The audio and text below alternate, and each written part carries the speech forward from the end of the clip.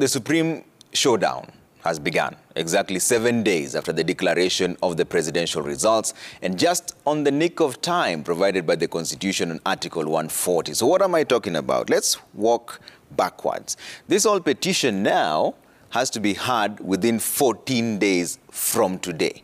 That gives us the 5th of September. This is when the final verdict has to come from the Supreme Court.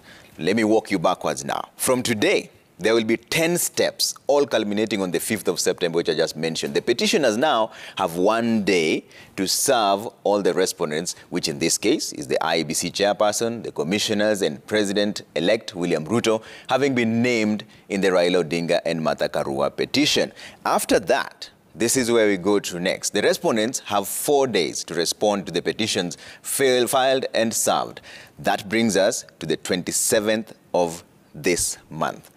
That's a Saturday, by the way. The 14 days does not exclude the weekends. This is how else it's going on. Then the petitioners have 1 day to fill and serve a rejoinder. In layman terms, this is a response to the respondent's response. You understand?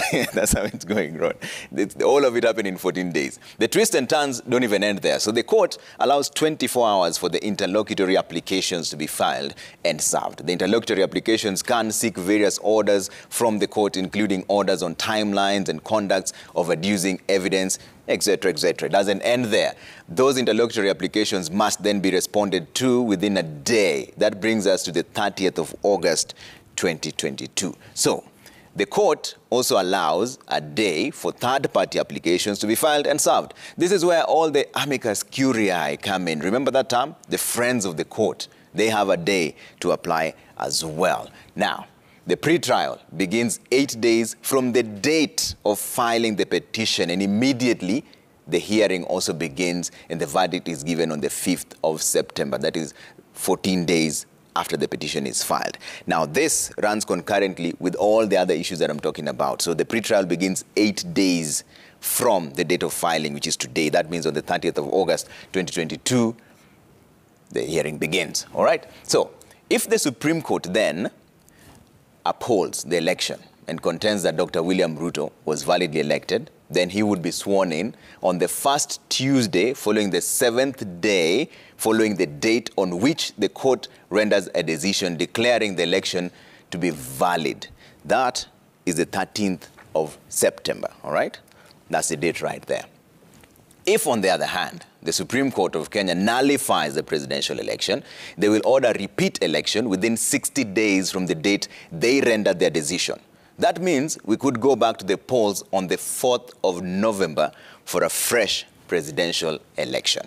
So the winner of this process would then be sworn in on the 22nd of November, once again on the first Tuesday after 14 days following the declaration of the result. The swearing in of the president is done in public before the Chief Justice or, in the absence, the Deputy Chief Justice, according to Article 141, detailing the assumption of the office of the president. It states that the president-elect assumes office by taking and subscribing the oath or affirmation of allegiance and the oath or affirmation for the execution of the functions of the office.